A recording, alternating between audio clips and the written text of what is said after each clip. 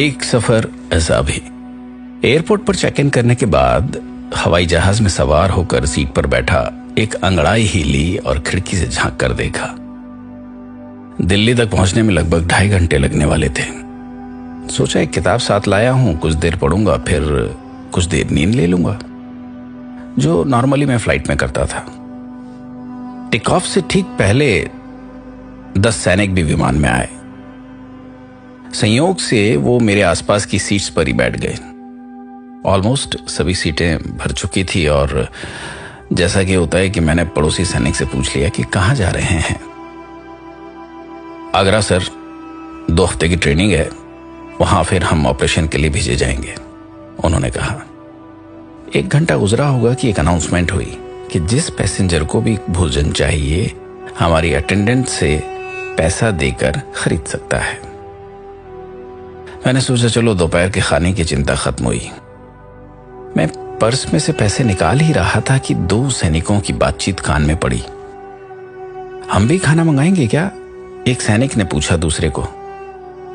नहीं, यहां बहुत महंगा होता है, अभी 2 घंटे की बात है, उतरने के बाद हमेशा की जो अपनी होटल है वहीं पर खाएंगे। हाँ ठीक है, सभी सैनिकों ने कहा।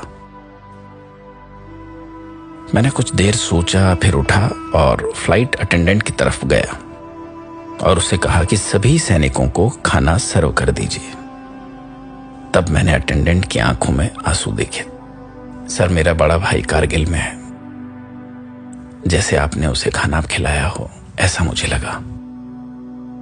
अब मैं अपनी सीट पर आकर बैठ गया और सभी सैनिकों को खाना सर्व किया जा चुका था।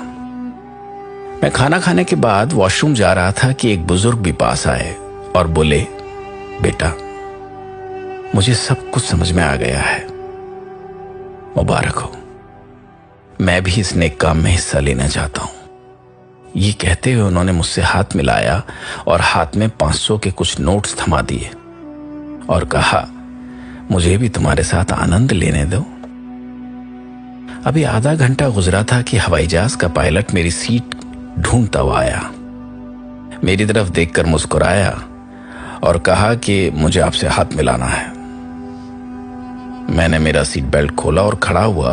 उसने मेरा हाथ में हाथ लिया और कहा, मैं फाइटर पायलट था, तब आपके जैसे एक थे जिन्होंने मुझे भी खाना खिलाया था। ये एक प्रेम का प्रतीक था जिसे मैं कभी भूल नहीं सकता। सभी पैसेंजर्स ने तालियां बजाना शुरू कर दी। मैं थोड़ा संकुचा सा गया, हालांकि मैंने इन सब चीजों के लिए ये किया नहीं था। खैर, सफर खत्म हुआ, मैं खड़ा हुआ और दरवाजे की ओर बढ़ा। तभी एक युवा आया, मेरी पैंट की जेब में कुछ रखा और आगे बढ़ गया।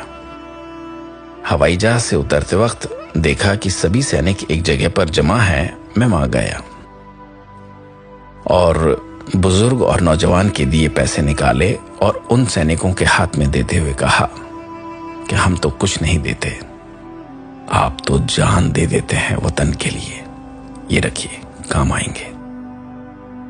अपने आंसू छुपाता हुआ मैं भी वहां से निकल गया। दुआ करता रहा कि हमारी हिफाजत करने वालों की तू हिफाजत फरमाना। जय हिंद।